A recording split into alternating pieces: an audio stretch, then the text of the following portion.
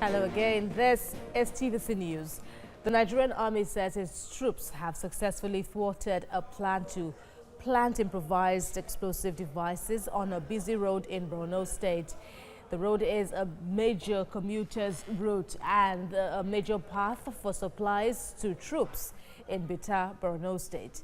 Acting Director, Army Public Relations Agir Musa stated that the troops were gathered from Operation Halaka Dodo Theater Command Operation of Lafia Dole. The spokesman disclosed that the troops had an effective night ambush for the terrorists in the midst of a heavy downpour and encountered the IED party at Wala Crossing Point, attempting to place the lethal device. He added that the troops responded swiftly in a firefight and killed 2 of the terrorists, while others scampered for their lives with likely gunshot wounds under the cover of darkness. According to him, 2 AK-47 rifles, 3 magazines, 32 rounds of 7.62 millimeters special ammunition, and 4 primed IEDs were all recovered from the criminals. And the national chairman of Action Alliance Party, Kenneth Udeze, has been kidnapped in Abuja. According to his wife, he woke up on Friday morning and found several text messages indicating heavy withdrawals from his bank accounts, which weren't authorized.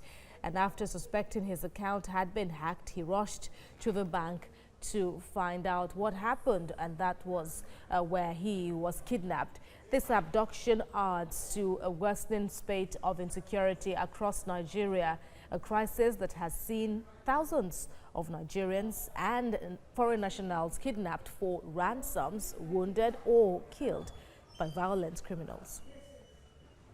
And as crimes increase, police are re-strategizing on ways to curb them.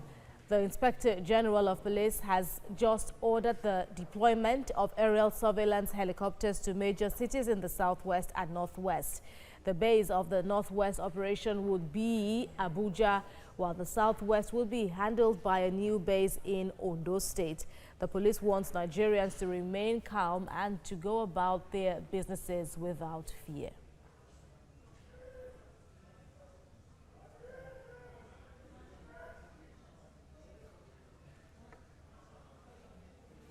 Well, the federal government says about 330 attacks by bandits and 1,460 deaths have been recorded within the last 7 months in the country. Permanent Secretary, Special Services Office of the Secretary to the Government of the Federation, Amina Shanaki, made this known at the opening of Federal and State Security Administrators meeting in Birnin Kebbi.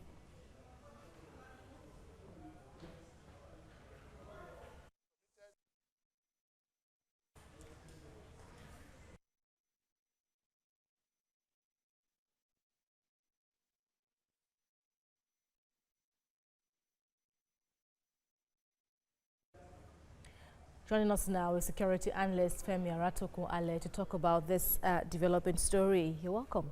Thank you so much. To TVC News. Talking about this concern now, we've had the security issues for this long, but now we can actually put a number based on this official figures somewhat. More than 1,000 or close to 1,500 deaths within a region alone. Well, I think putting that number is not the actual number, but okay, yeah, let's just have it that way.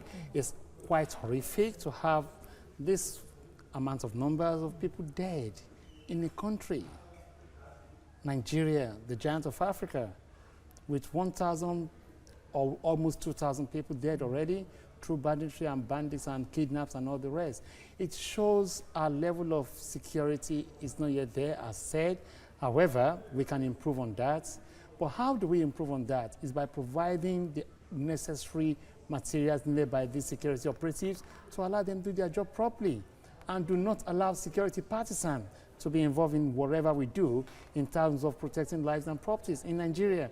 I think that is the right way to go, and that should be the very way to take it from now on. And we are even seeing some states also devising their own strategies to combat crime. In Katsina State, for example, the governor has even said he is willing to be taken to the hideouts of these criminals to sit at a table with them?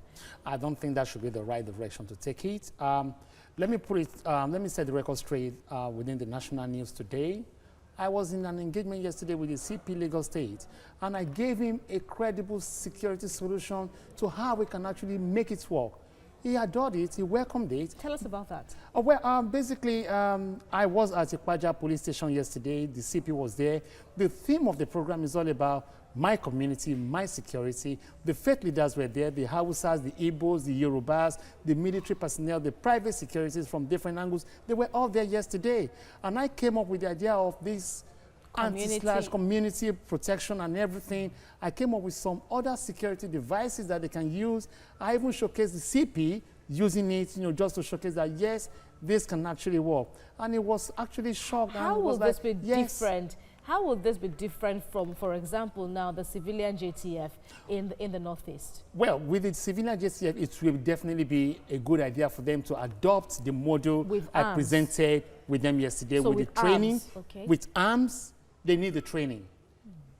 The training has got to be very strategic, be objective, and they should concentrate on what exactly they need to use it for. And again, their mental state has got to be checked as well, because dealing with all these people is not easy. Seeing dead body, lifeless body every day has got to have some traumatic effect. So all this has got to be really, really put in place, and we need to look at it this way. Are we actually putting the money where the money is actually meant to be spent or not? So these are things we really need to look into, and I think the CP Lagos State, for example, and other DPOs in Lagos State are actually thinking towards the direction of having this training given to them, and the ideas sold to them to start working, which will be a model for Lagos State and for Nigeria as a whole. All right, Femi Aratokoale, thank you so much for your insights on this subject. Thank you so much.